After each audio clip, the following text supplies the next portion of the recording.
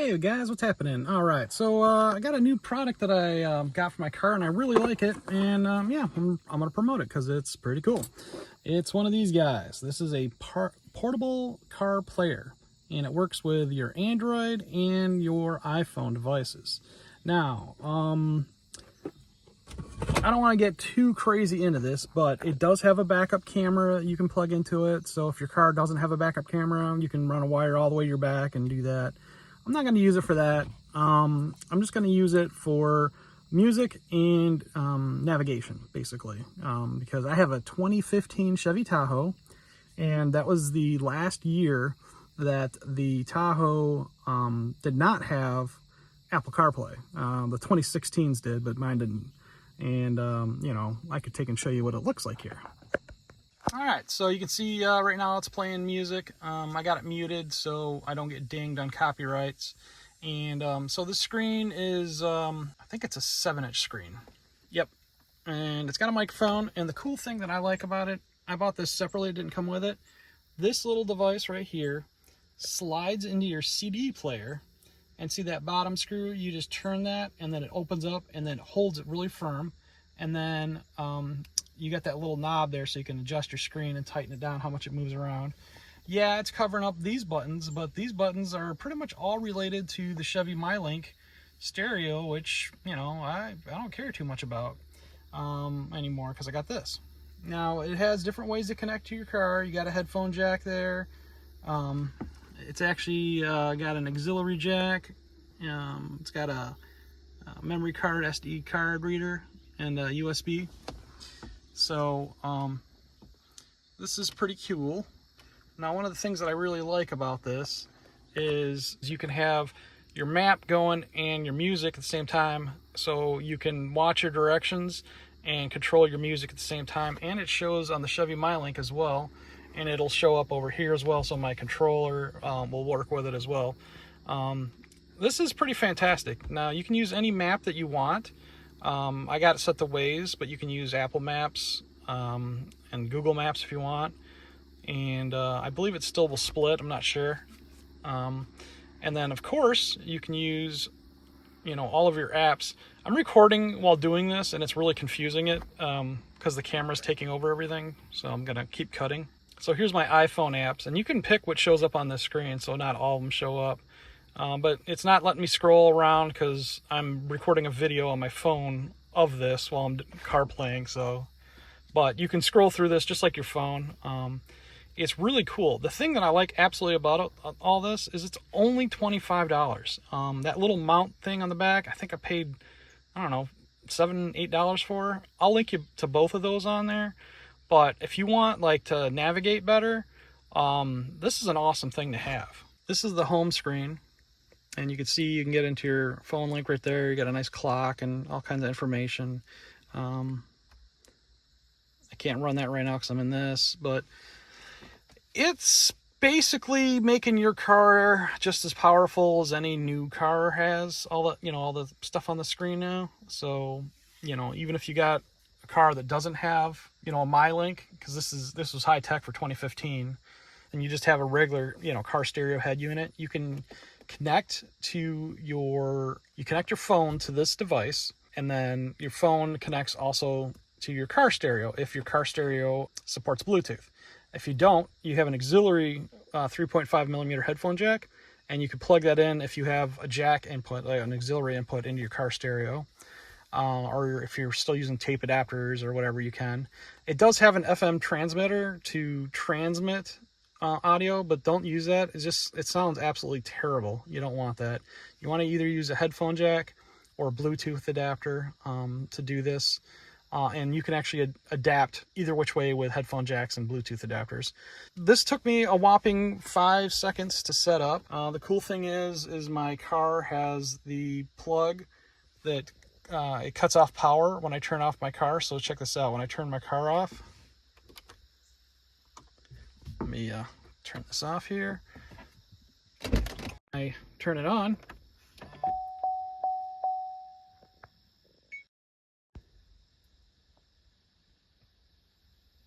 Automatically connects to my phone,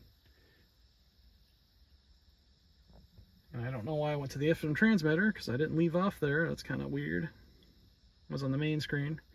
And then it normally, I don't know why I did it that time, but normally it will go to the phone link. I'm recording with my phone, so I think I'm really upsetting it. Yeah, I'm upsetting it because I'm using my phone right now. But you would hit your phone link and it would go back to that. Let me turn the video off real quick. This is what you would normally see if you're not recording like I am. And you can see my battery's almost dying. You can see my cell phone service and the clock and everything. And it syncs with the clock every time that it connects, because this thing does not have a battery inside of it and won't retain time. But yeah, if you want one, check out the link in the description, you know, with the mount and everything. It does come with like a suction cup mount that you can suction cup to your dash, or to your windshield, I mean. You could probably connect it to your dash as well. So, I mean, that's another thing to consider. It has a universal, like it's like a 4-prong thing to connect to other adapters. So if you want to mount it somewhere else, you know, or use a different type of adapter, you can. But yeah, that's just a quick review of something that I found that I like. As you can see here, that it doesn't shake too much with the mount. It does shake a little bit when I hit bumps, but not enough to be at all annoying. So it's a pretty decent setup. Here it is with a split screen. You can use any map and any music player, and it looks like you even have like WhatsApp running at the same time, which is pretty cool. And you can just return to your menu like so. And if you want to return, just hit that button. It's a little bit faster normally, but I'm recording, so it's pretty cool. Alright, so another important feature that I found that I need for myself, because it annoys me, is I tend to go to work pretty early and it's dark. So the screen brightness you can turn down to the lowest setting, that of matching the MyLink. You can see how dark it gets, which is awesome. It's a must for me. Now the other thing that I found, which is really cool, is your text messages. You can just hit your text message thing and they all come up, and if there's any unread, you can press the message and it'll read it, and then if you want, you can press the message again. Let's see if it works.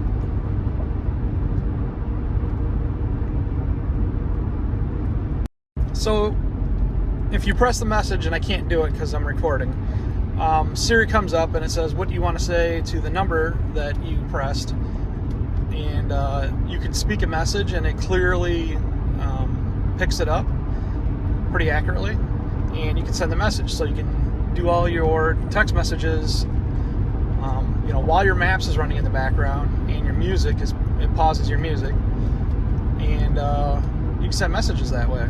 So it's kind of cool because it you know, prevents you from texting and driving. I like that a lot. One of the other handy settings it has a bunch of equalizer presets, so you can, you know, set your equalizer up if your car doesn't have a good one. That's handy. I like that a lot. So one of the things that I was doing to make the screen darker was going into the display settings and setting it here. They're all in the middle by default. The saturation turned up a little bit, that's fine.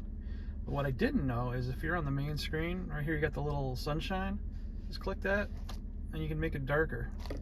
Click it again and it just turns it off. That is pretty cool, because like I get blind from all these screens in the morning in the darkness when I'm driving at night, so I like to turn it down. So I got a better mount. This mount, for one, it doesn't have the knob that comes down and hits this dial. The knob, the twisted, is right there, and as you can see on the back here, it's got a long arm on it, which the other one didn't have. This is what the other one looked like. It was real short, and it didn't work out for me. So if you got a Tahoe or a stereo that's set up similar to this, to where you don't mind blocking those controls, because like they're mostly radio controls. The only one I need to hit is the media button if I want to switch, you know, back to the stereo or whatever. It is a little more bouncier because it's taller, but it's a good trade-off. I mean, it sits on the knob a little bit, and the bounciness is coming from the CD player because it's just up higher, I guess. But I like this one a lot better, and it got turned towards me so I can see it real well when I'm driving. Blocks the original screen a little bit, which I don't care because, you know, original one sucks now compared to this. What I'll probably use my original screen for now, I think that, yep, just hit that. I'll just use it as an analog clock, even though this has a clock on it too. If you get to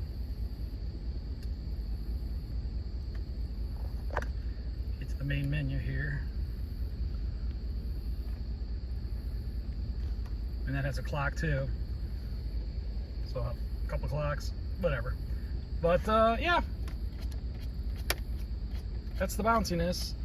Kind of a trade-off. Maybe I'll look at a way to suspend that somehow better. I don't know. I'd rather have it up like that to where I can access my AC controls real easy and the other buttons real easy. So that is where I'm going to end this review. If you guys have any questions, you know, definitely shoot me a message. My links, you know, to both these products are going to be in the description, so just go ahead and click on it if you want one. Like I said, 25 bucks for the head unit thing, and then I think this bottom thing I paid $11 for, so pretty good deal.